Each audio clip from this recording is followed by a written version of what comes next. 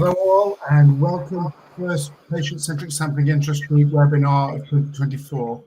My name is Neil Spooner. I'm the chair of the Patient-Centric Sampling Interest Group, and today I'm really excited to bring you Mitch Johnson, the lab director of Veloxity Labs, to talk to you about analytical considerations, tips and tricks for quantitative analysis of patient-centric samples and microsamples.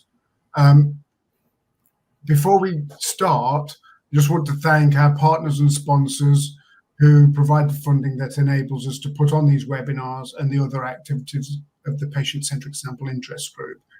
You can see from here who our sponsors are, and just we'll have a Q&A session after Mitch's presentation. If you'd like to use the chat function to submit your questions, please do so. And please note that the webinar is being recorded and will be available on demand for free afterwards through the Patient-Centric Sampling Interest Group website. So with that, I'd like to hand over to you, Mitch. I just need to stop sharing and go off stage and hand over to you and see Excellent. you on the side. Thank you, Neil. Let me just share my screen really quickly.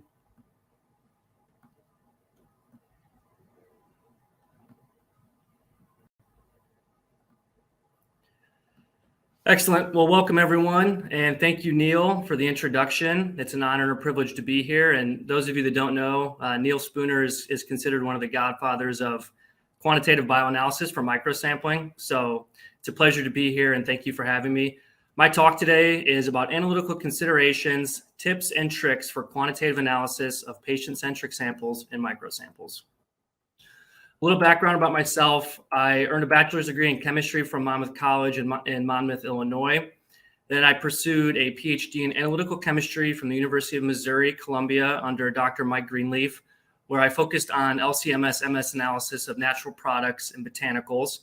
I started my industry career at Alliance Pharma in 2017, which is now known as Resolian, working on a lot of regulated bioanalytical work. That's where I really broke into the quantitative bioanalytical space. And then I took an opportunity and joined what was then known as Seventh Wave Lab, now as Innovative, and was there for 3 years doing GLP bioanalysis, DMPK ADME. I had a short stint at a small biotech company called Valley Discoveries, where I was a project manager outsourcing BioA, and then got together with some individuals, some like-minded individuals, and co-founded Veloxity Labs in 2021. And currently I serve as the lab director here. So overview of the talk today. First, a lot of you are probably familiar with patient-centric sampling and microsampling, but I'll give a little bit of a background on that for those of you that may not be. Then I'll talk about method development workflows that are specific for these types of samples, and then additional considerations that we have when we're validating methods to be compliant to support GXP bioanalysis. Then I'll go through a case study where we implemented patient-centric sampling, and then talk about some future outlooks of this topic as well. So the question is, we get a lot from our collaborators, is why would you use patient-centric sampling and microsampling? So if we think about just conventional blood sampling for a clinical study or even just an animal study, this is going to first and foremost require you to have a phlebotomist or some type of highly trained in vivo person to take the samples. And you're also going to be collecting a relatively large volume of blood. This is also uncomfortable and painful for a lot of people. I know I've given blood and I feel queasy afterwards. It's just not an optimal way to collect blood. And also, when you're withdrawing that much blood, you're disrupting the body and things like that. It's also very costly and time consuming for the programs. When we think about patient-centric sampling or microsampling, we're just at its core, we're following the 3 R's. We're replacing, reducing, and refining. This is also minimally invasive. So both from a pain and comfort standpoint, we're not disturbing either the human or the animal as much as we are with the conventional blood draw. It allows you to replace sparse sampling models with, let's say you have an expensive xenograph model that you're using or a tumor model that you're using where the animals are very expensive. Now, instead of having to have an N of 18, you can have an N of 3. It can also improve your clinical trial enrollment. So decentralized clinical trials continue to become more common. And so having a patient that can collect a sample at home allows them to maybe enroll in a trial where they would normally not be able to drive to, or for a patient that might be very sick and just is bedridden, those kind of things. It also affords you to potentially get a richer PK and TK data set by being able to collect more samples more frequently, You can get a better picture of your ADME properties of your drug. And then another application is pediatric diseases where there's not a lot of blood to be taken, or you're just doing intravenous collections isn't as feasible as it is with adults. So just being able to collect a few microliters of blood from a pediatric patient. So what has made this possible? So in the last 20 years, there's been some advances both on the sampling side as well as on the analytic side. So this whole thing really started with dry blood spot analysis, which predated me in bioanalysis. But that just involved and I'll touch on this a little bit more, but involved using a lancet and dropping blood onto a piece of paper and then sampling it that way. And then that was advanced into what's called VAMS, which I'll talk on, volumetric absorptive microsampling, some additional microfluidic technology that allowed better microsampling devices to be on the market. And then there were significant advances also in the analytics as well for detection and analysis. So the picture on the left is what a dry blood spot card typically looks like. And so a patient would take a lancet and do a finger prick and then apply multiple blood spots on this card. And there were some issues with this across a couple of different areas. First and foremost, with the samples sometimes weren't homogeneous. So the bioanalytical scientist would take a punch and punch a portion of that spot out, and you could have actually different amounts of analyte concentration throughout the blood. Is also plagued by hematocrit bias, which the different hematocrit in the blood could affect the concentration measurements. And then you have things like contamination, where a blood spot kind of going from the one space to the next space. So although it was kind of the breakthrough to allow some patient-centric sampling and microsampling, there was room for improvement. And that's what really brought in VAMS, which is to the right. So it's the same concept. We're still doing the dry blood spot, but now we have this cartridge that has technology built in that will essentially collect that sample in a volumetric fashion. So like on each one of these tips here, that tip is collecting 10 microliters of blood with precision that's comparable to a volumetric pipette. So that was a big improvement in the technology and collection. And then also on the analytics side, I'm showing some pictures here of gold standard triple quad mass specs that are used in the pharmaceutical industry, PCSIG. In the year 2001, the API 4000 debuted. Great instrument. It's a workhorse. And then now we have access to the 6500 plus, which has been significantly improved in the last 20 years. So as you can see, the two biggest differences are the 4000 utilizes the linear quadrupoles and has a different source than the 6500s. Back when the 4500 was debuted, they re-engineered the geometry of the quadrupoles, which helped filter out some additional background noise. And also there were significant improvements to the ionization source to increase ionization efficiency and ultimately produce more ions, giving us more sensitivity. This is just to show you a comparison. This is the same molecule on the two different systems. At Veloxity, we use both of these systems. They both are, have their purpose for different applications. On the left is a chromatogram of a 1 nanogram per mil extracted sample on a 4000, optimized for that instrument. And on the right is a 1 nanogram per mil chromatogram optimized for the 6500. And you can see easily about a 20-fold signal to noise improvement. This is going to vary from analyte to analyte, but we routinely see anywhere from 10 to 50-fold improvements when comparing the two. So from a collection, typical plasma or blood collection of maybe 100 microliters that would need to be used on a 4000 to achieve that sensitivity, that can be scaled back to maybe 10 microliters and allow microsampling to be implemented in the place of traditional plasma collection. These are a few of the sample collection devices that are available just to illustrate. So on the left, there's a Capitainer, and this is quantitative dry blood spot. So this is really the second generation of dry blood spotting. So it took those cards and then implemented some of that technology to make this more, it's collecting a quantitative volume, and then that entire portion of that card is analyzed. The middle is a microsample. So the very bottom of that tip is the VAMS technology, and that would be what would be applied to either a droplet of blood on the finger or a tail nick from a rat that would be placed on the sample and collect as well. And then the right is the Tasso M20, which is optimal for clinical studies. This device is placed on the arm and pressed in. It makes a minimally invasive puncture and basically allows blood to then collect into that cartridge as well. So after the background, we're going to talk about specific method development workflows that are very critical to microsampling. So the first part of the development workflow doesn't really deviate from traditional plasma. You would, get your analyte in solution, You would first tune the mass spec for optimal parameters for detection. Then you would develop reproducible chromatography, so you have a sound LC-MS method. Then what we like to do is first test our extraction in wet whole blood just to make sure we don't see any interferences from that matrix, as that's going to be the same matrix that we're going to be using for the microsampling. Just making sure that we have our chromatography and our method is still reproducible and linear. And then here's a big one that's often overlooked, is doing stability assessments in the wet whole blood. There's going to be a period of time that blood takes to dry from wet to dry after it's collected and processed. So you're going to want to ensure that analyte does not degrade during that process, or that will throw off the results.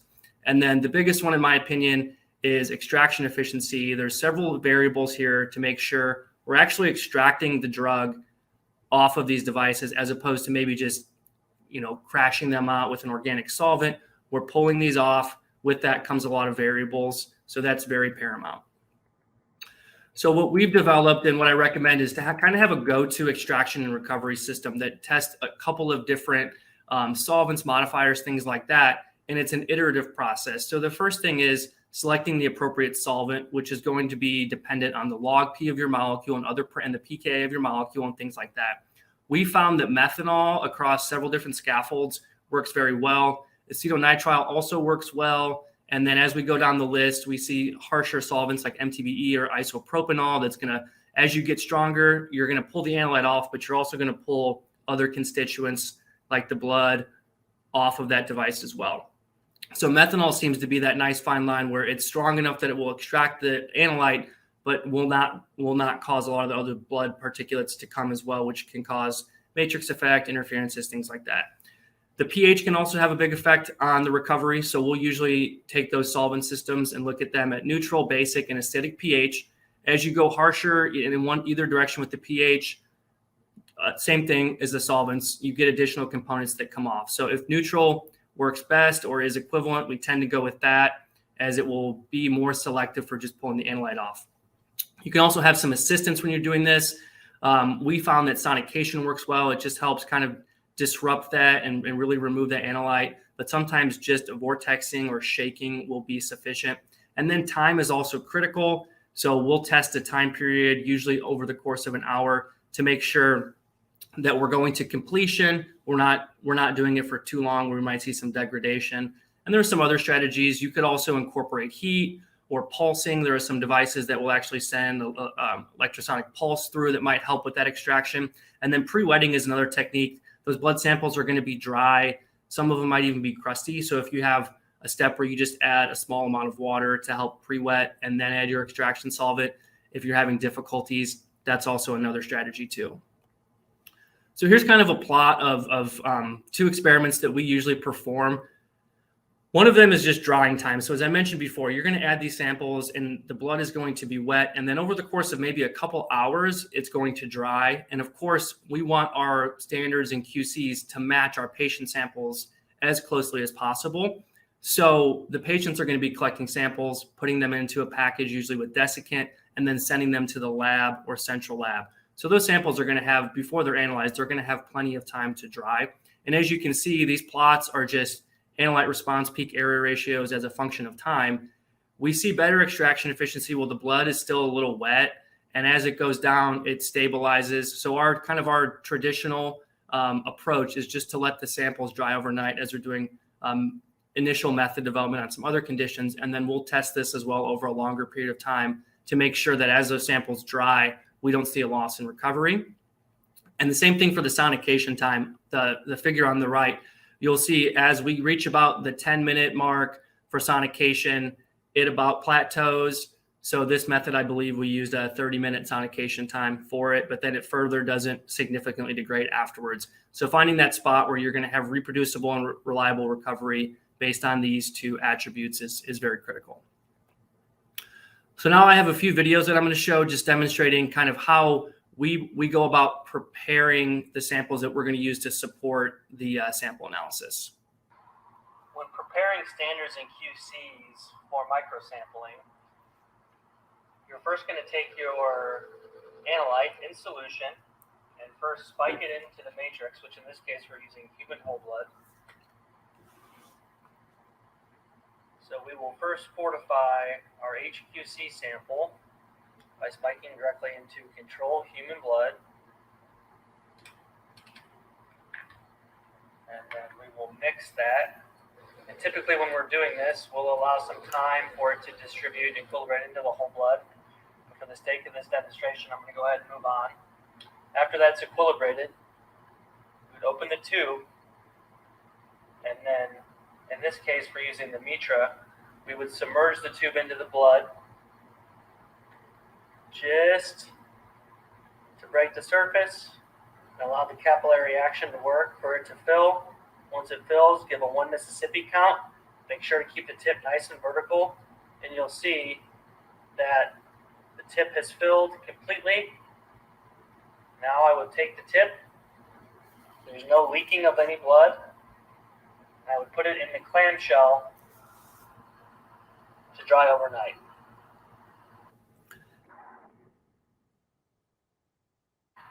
For the Tasso M20, it's a little bit more complex than the mitra, but follows a similar workflow. So let's assume I've already fortified my whole blood with my analyte of interest. We're going to then load using a volumetric pipette. We found that 100 microliters is an ideal volume. And we're going to spike the orifice. There's two holes in this orifice. We're going to spike on the side opposite of the film. We're going to slowly insert the pipette and allow that microfluidic technology to allow that blood to flow down on the different cartridges. And you'll see once it gets past that fourth cartridge, there's a little excessive way for it to catch the extra blood. As it flows through, once we see that blood at the bottom, we know that it's filled, and that's going to catch the extra blood. After that has come to a completion, we will remove the film on the other side of the device, which allows it to dry. Very simple to do. Then we will place the device into the rack, allowing it to dry overnight.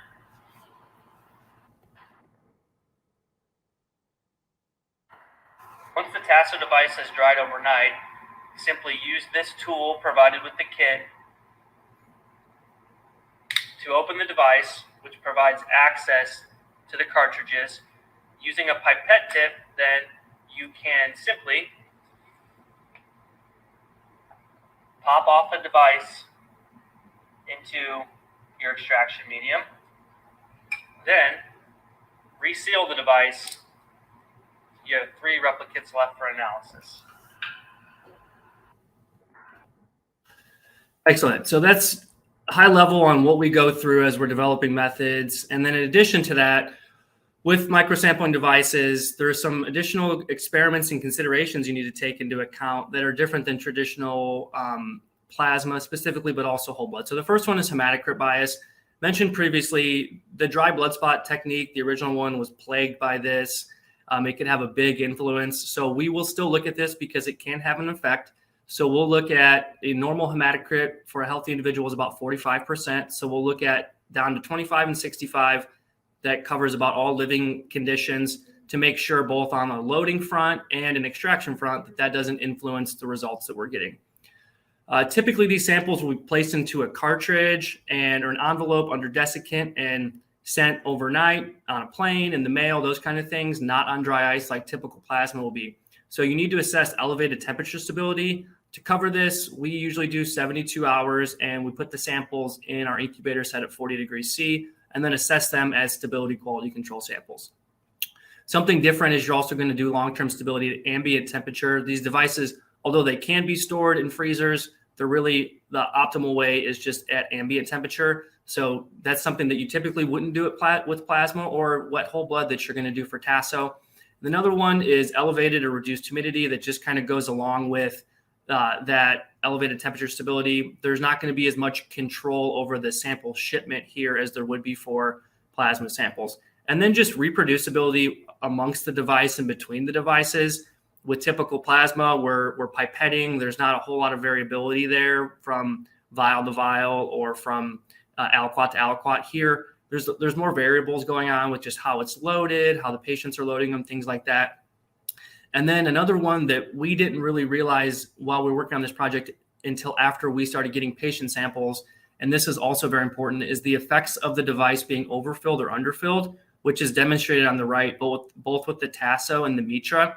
So the middle is the ideal fill. And this technology is very good. You kind of have to go above and beyond dramatically to get these effects. This isn't something that routinely happens, but there will be patients that do not comply and use the device appropriately, which is demonstrated on the left. They might overfill it, or on the right, somebody just may not have enough blood. They may not use it right. And so just kind of assessing, you may have a situation where an underfill means you have 3 devices that are perfectly filled and then 1 empty one. You could do an assessment to see if the top device still meets acceptance criteria. Obviously, with the mitra, probably not as possible because there's only 1 cartridge, and you can see that's just going to have less blood volume. So incorporating those into your experiments and then figuring out when you see those in the sample analysis phase, how to deal with those. Now on to a case study that we supported at Veloxity Labs. So one of our collaborators came to us and wanted to implement the tasso M20 into an existing clinical program for a small molecule. So their main objective was to look at the pharmacokinetics and of this device, which collects capillary blood, and compare it to traditional sampling where they already had PK going on. So the process that we took was we were going to develop and validate methods in wet plasma, wet whole blood, and then the tasso M20. And in addition to that, we were going to determine in vitro whole blood to plasma ratio for a comparison.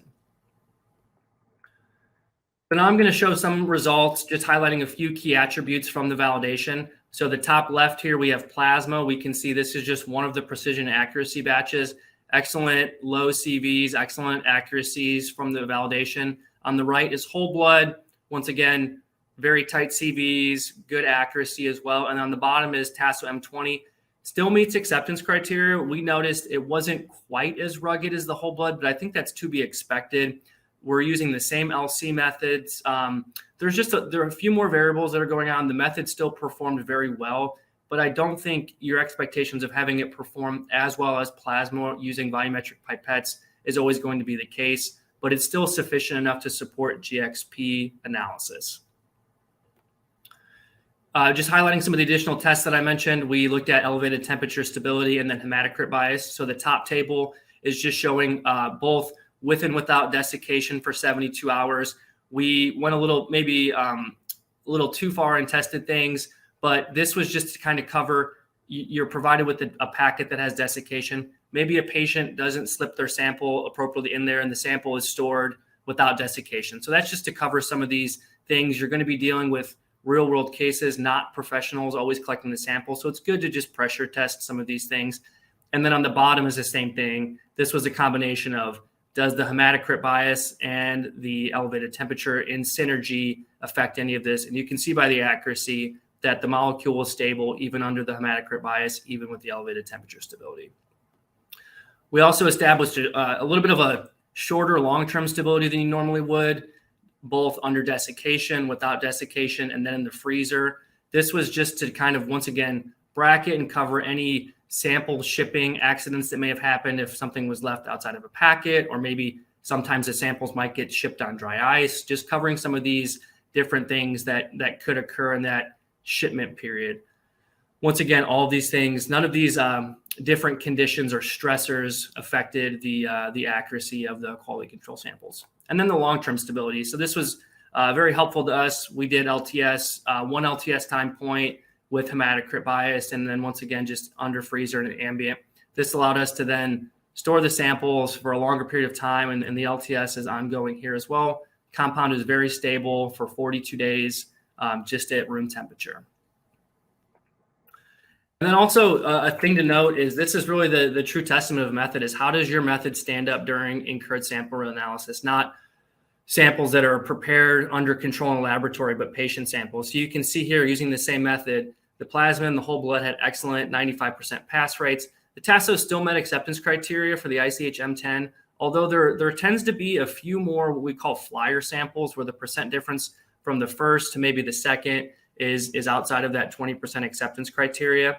And I think this is a kind of a twofold thing going on here. We saw on the precision and accuracy, although it's still reliable and going to give precise and accurate, it's not going to be as tight as the plasma and the whole blood. And then in addition, there was more, there's more variability with the patient samples. You're not, having one aliquot out of a tube.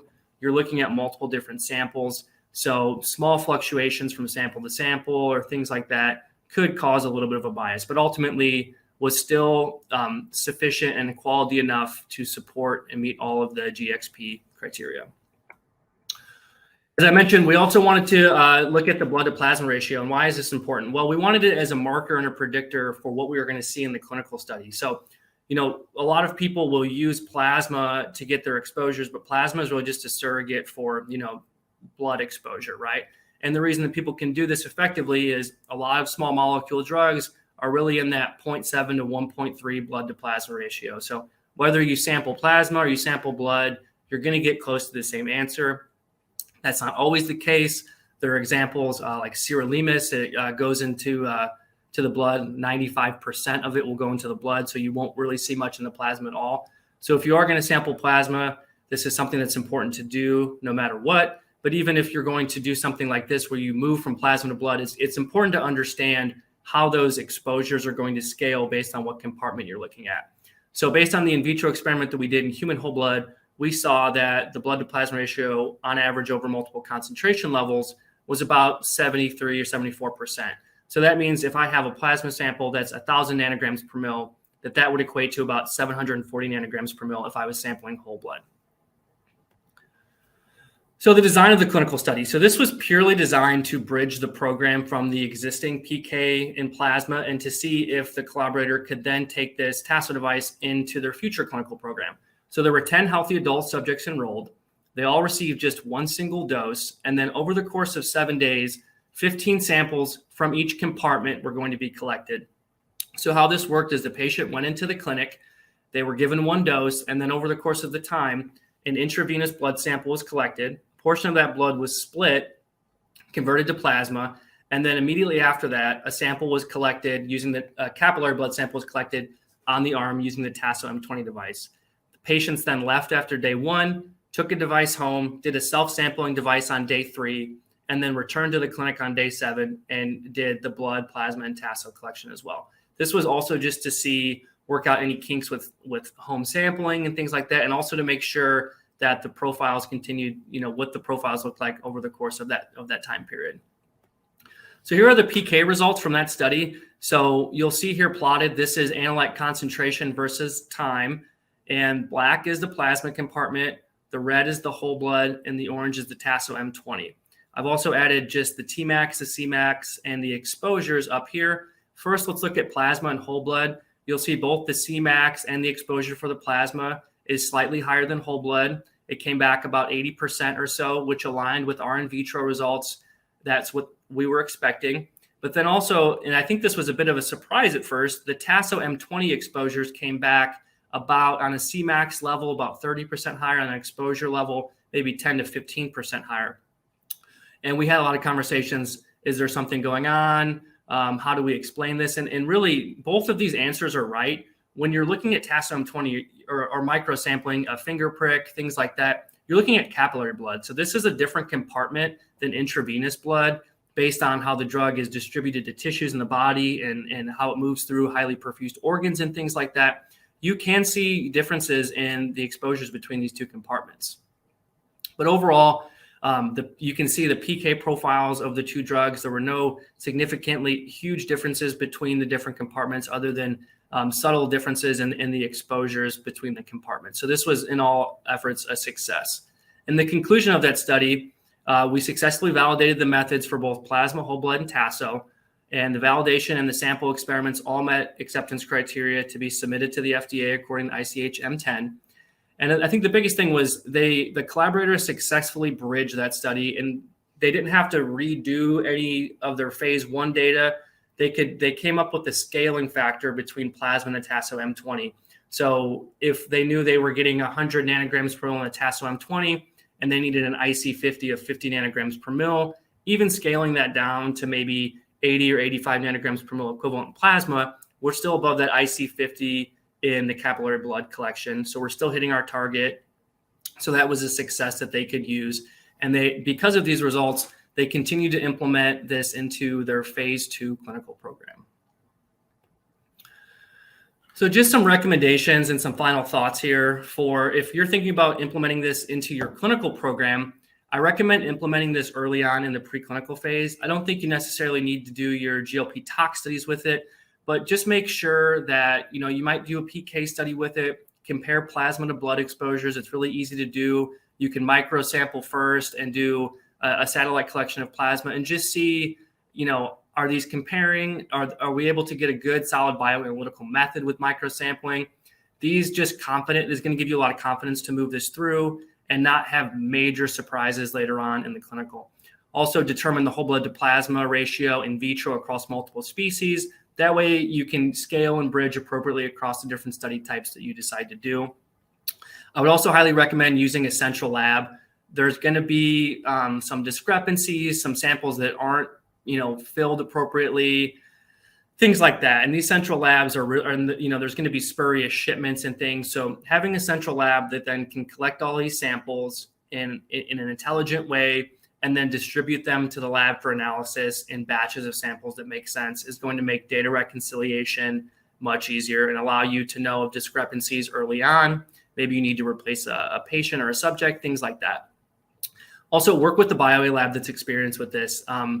There's some additional intricacies to this as opposed to plasma. There's additional equipment, there's additional experiments, considerations, things like that. And the labs that have experience and workflows with this will be able to support your needs much better. And also have a plan for some imperfect collections. As I showed earlier, you're going to have situations where samples may not be able to be included. How are you going to address missing data pieces in a PK data set? Are you going to need to replace patients?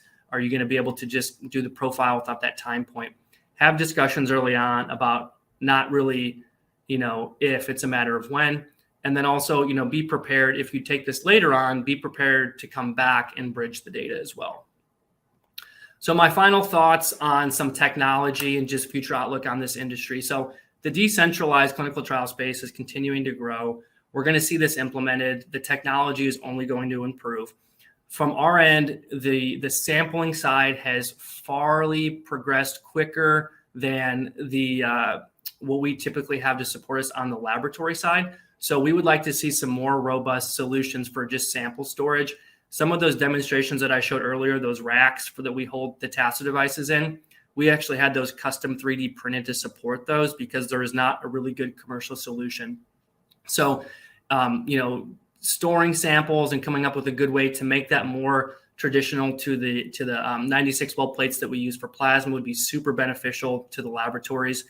And then there are some available. I know TASO has one with a plasma or a serum base, but sometimes whole blood isn't going to work as well. And it would be a shame to just limit a clinical study to that because, you can't sample that compartment appropriately. So having some more plasma-based microsampling technologies would be ideal.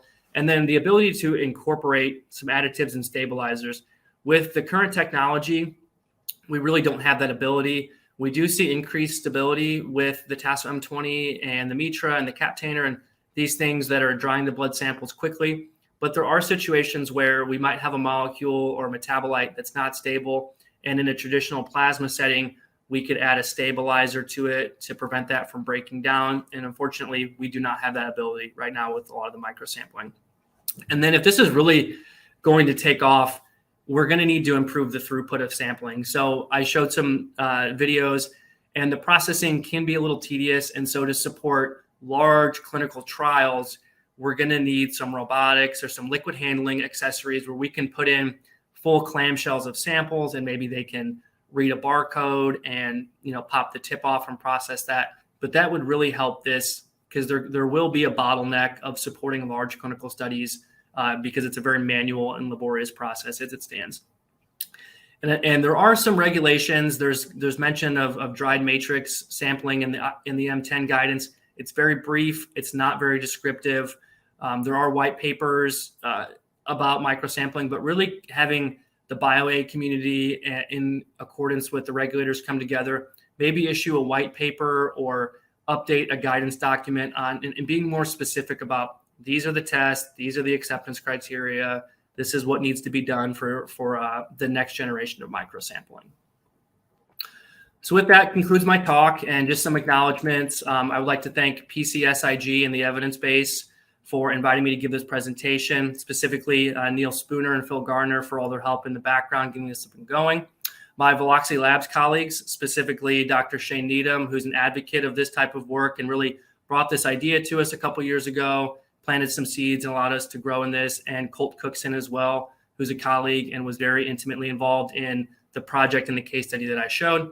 Our collaborators who implemented this strategy and worked with us as we were getting some of these things going, and the additional collaborators that continue to implement these as we gain more and more projects from this, and the vendors as well. Without this, everything from the improvements in the mass spec to the new technology for the microsampling devices and things like that would not be possible. So at that point, that concludes my talk, and thank you, and I'd be happy to answer questions at this time. Thank you, Mitch. I'm just going to share my screen. Excellent. Do I need to stop sharing then? I think you already have done. Okay. I'm just trying to, there we go. So just if you can use, I see some people already submitting questions through the chat function, which is great. Thank you. If you can continue to do that. And just remind everyone that this is being recorded and will be available in full on the PCSIG website and the evidence-based website for the indefinite future. So let's go through some of these questions, Mitch. I think the first one is a statement from Jeff. It's just stating that a significant difference in these samples is that Tasso collects, he says, arterial blood. I think that's capillary blood, whereas traditional sampling collects venous blood. And he states these are different at early time points. Just do you have anything to add to Jeff's statement there? Yeah, just in agreement. I mean, there's papers out there where the data overlaps very well between the two compartments, and there's data out there that it deviates quite a bit. So it's really just molecule dependent and things like that. So it was just corroborating that statement. So just a question that just came in: will this slide deck be distributed after the presentation? It will be available through the PCSIG website and the evidence-based website, where if you just type in PCSIG on Google, you'll be able to find our website, and there's a page there with all of the webinars that have been presented and all the webinars that are coming up. So couple of questions from Matthew. Have you considered ISTA 7D shipping excursion stability experiments? Transit temps are not static. So I'm not quite sure what those regs are. But I'm not either. And, when these are shipped kind of traditionally, it's not going to be a bundle of samples like you're going to see with plasma. It's not going to be 200 samples with, sometimes they might have a device to track the temperature. This is going to be in an envelope shipped in the mail is kind of how these devices are prepackaged. So I'm not sure how feasible it would be to compile all of that data of individual samples. I think we are understanding that it's not static. We're trying to test the extremes. We're trying to test if something isn't under desiccation for a long period of time, if something is, 40 degrees C is quite warm. So we're really just knowing that that's probably not always going to be feasible, and we're testing the extremes to bracket everything in between. Yeah, and I guess it has, by default, had to go from ambient room temperature to whatever conditions and back again in order for you to analyze it in your lab. So there is some excursion, it's just not controlled. The second question from Matthew was, have you explored within and between device variability with the same donor? Yeah, so that's reflected in the ISR, Matthew. So all of that would have been done not across multiple devices, but at least from the same donor within the same device. That would be a good experiment to use multiple devices to look at, I guess, inter-device variability amongst patients. Yeah, absolutely. Question from Aziz. What is the percentage of invalid samples due to imperfect collection? That's a good question. I mean, it's going to depend on the study indication and how difficult it is to collect that sample. I would say probably about 10%. Okay. Which is quite high. Was that no sample being able to be analyzed at all, or just one of the replicates not being? Yeah, so I would say one of the replicates being affected in some capacity. So we may have still been able to, and I would say it's more common that the samples are underfilled than overfilled. And so there would still be replicates available. We just maybe not, what's nice about that device in particular is we have an original analysis aliquot. We have a backup in case a batch fails. We have one for dilution, and we have one for ISR. So there's really a lot of shots on goal there. So we may not have been able to do ISR on that sample, for example. But I would say you're still able, even if it's affected, in more cases than not, I would say maybe 2 to 3% of samples we received is just like, we're not going to analyze this because there's either nothing here or the device is just soaked. So we can't, those kind of things. And how would you, just me throwing in my own question here, Yeah. Mitch, how would you say that compares with traditional plasma sample, where you might get samples that are hemolyzed or whatever other reason means you can't analyze them? What kind of, is it a higher percentage of failed samples? Yeah, I would say it's definitely a higher percentage. And I think as the technology grows and is more widespread, that will continue to go down. And, there will be a next version of these devices that maybe circumvents that. Maybe there might be some type of alarm to the patient that knows they didn't completely fill the device, or that it will stop it and prevent the overfill, or things like, some other controls that will prevent that. But I mean, traditional plasma, you're probably less than 1%, something like that, less than 2%. It's not, although it does happen, samples are hemolyzed, and, there might not be any volume in a sample. It does happen. It's not very common. Yeah. Question from Timothy. Have you looked at plasma protein binding studies using blood collected using the various microsampling devices? We have not, but I don't see any reason why you couldn't, specifically if you collected using one of the plasma microsampling devices. I don't think there's any reason why you couldn't do that. Okay, thank you. Question from Dries. Thank you for the great presentation. Can you elaborate a bit more on the addition of stabilizers? It looks very interesting for technology developers to look into this. Does each application stroke molecule require a different stabilizer, or are there a few specific stabilizers that can be selected to cover most of the applications, or is this difficult? Yeah, absolutely. So I would say, once again, maybe 5 to 10% of molecules require a stabilizer during collection. There are plenty of drugs that are completely stable with just, a K2 EDTA anticoagulant. Sometimes you might want to add an antioxidant or an inhibitor of some type. Esters are very unstable. So, for example, any type of ester drug, I do not feel would be very suitable for this collection, because you're going to need to reduce the pH, add some type of antioxidant, things like that. That, although the drying might help it, I don't think it would completely inhibit it to the point where it could meet validation criteria. So being able to take some type of stabilizer that might be coated in a tube, like a sodium citrate or something like that, and instead of being coated on the tube, coated on the actual cartridge. Yeah.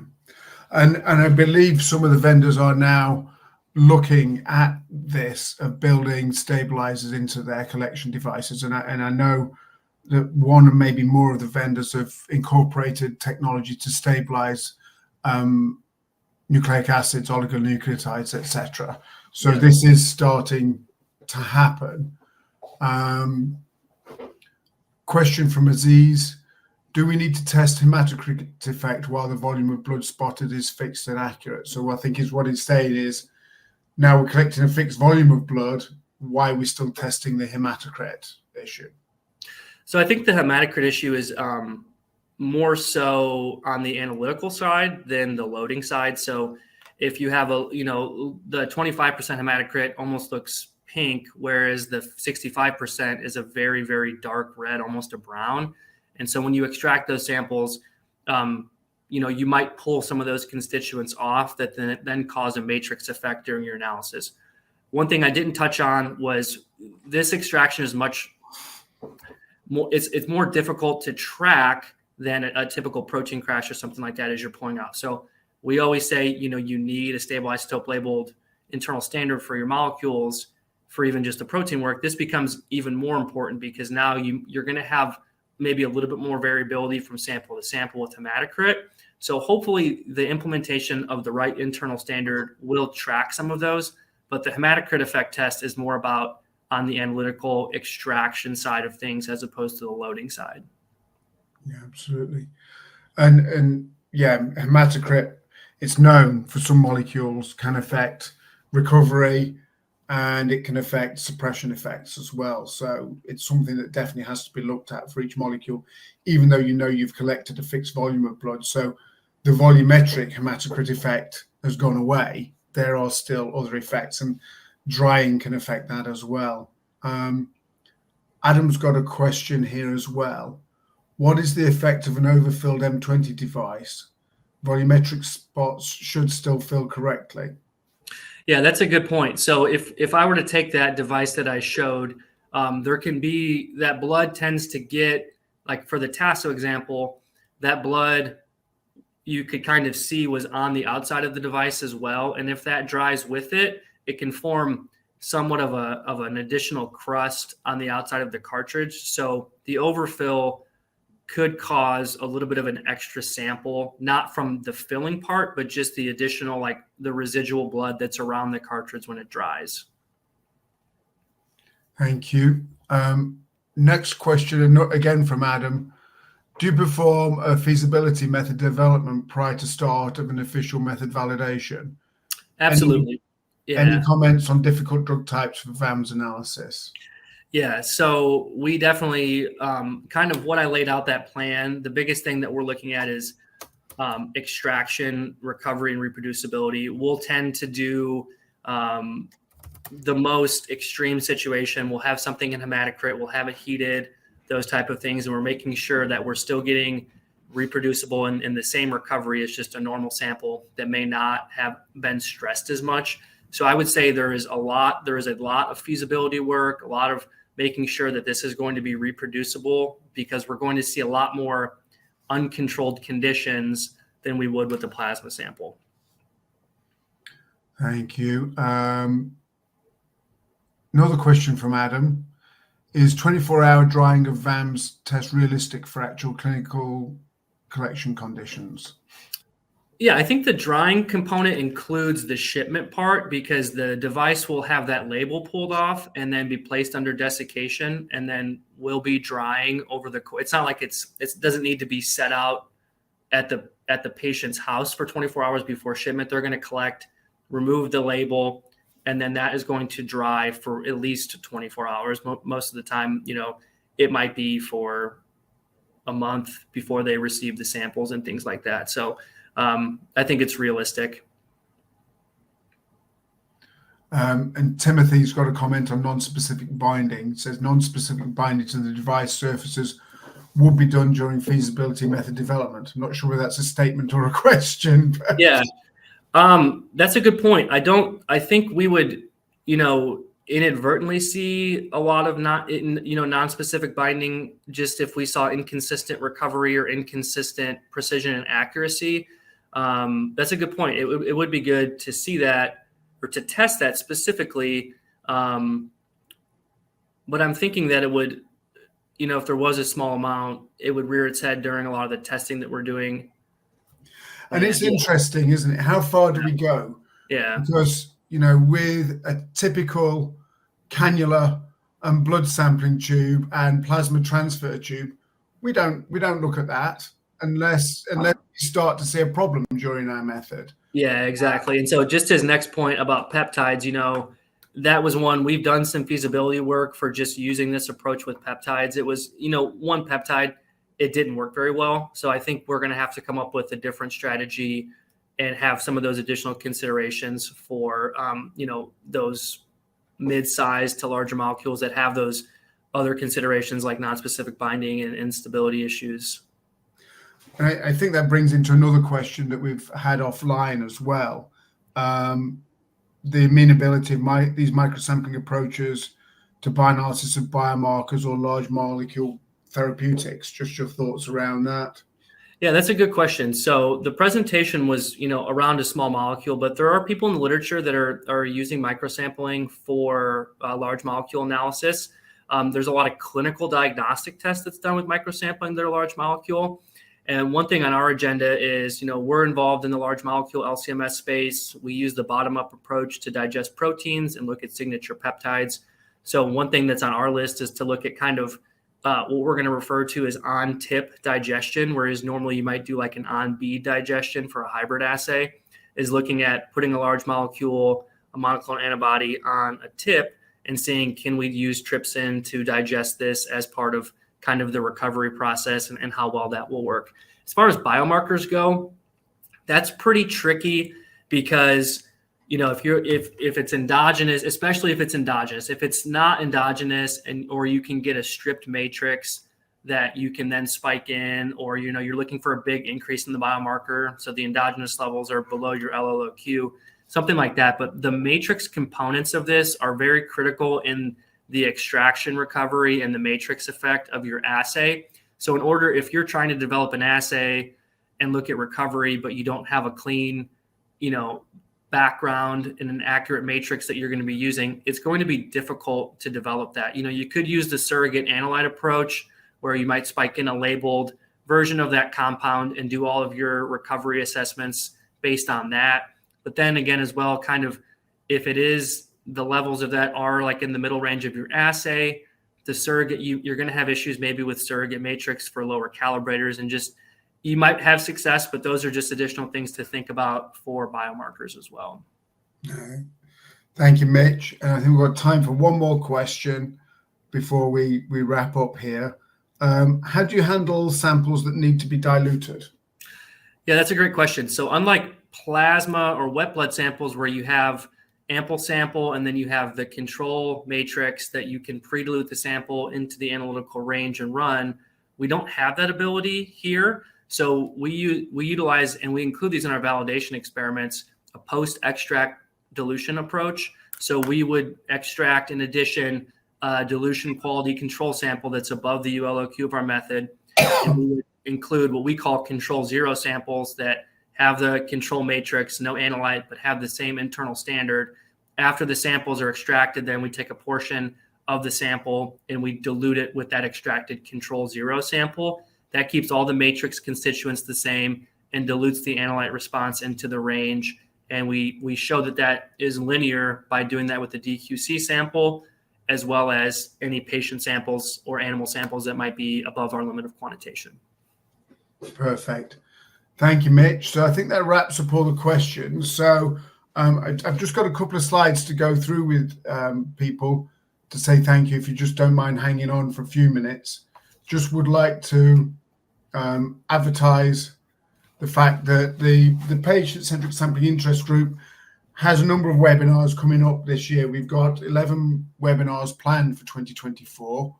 I've got the date wrong on the second one there, but these are the ones coming up for February and March. So we're trying to cover as many different application areas and as many different users of these technologies as possible to broadly educate the community on what is available. For those of you that don't know about the patient-centric sampling interest group, it's the passionate group of individuals that are looking to move forward the agenda for the use of these technologies more widely for clinical trials, therapeutic drug monitoring, regular health, wellness, drug testing in sport, wherever blood samples are taken and where these technologies may be a benefit for patients. And we've got a number of activities ongoing. We have an active group on LinkedIn. We have a website. If you want to just hold your phone up to those, you'll be able to get the link straight through to our LinkedIn group and our website. As I say, these slides will be available for free after the event through the patient-centric sampling interest group website and through the evidence base. And I'd finally just like to thank our partners again who enable us to do all of this. And obviously, I'd like to thank you, Mitch, for a fantastic presentation, very engaging, got a lot of good engagement, a lot of good questions and discussion there. And thank you for all our attendees for putting forward those exciting questions. And yeah, if there's any outstanding questions, I'm happy to answer via email. And thank you again, Neil, for hosting me and allowing me to give the presentation. Oh, it's an absolute pleasure. And thank you all. All right. Bye, everyone.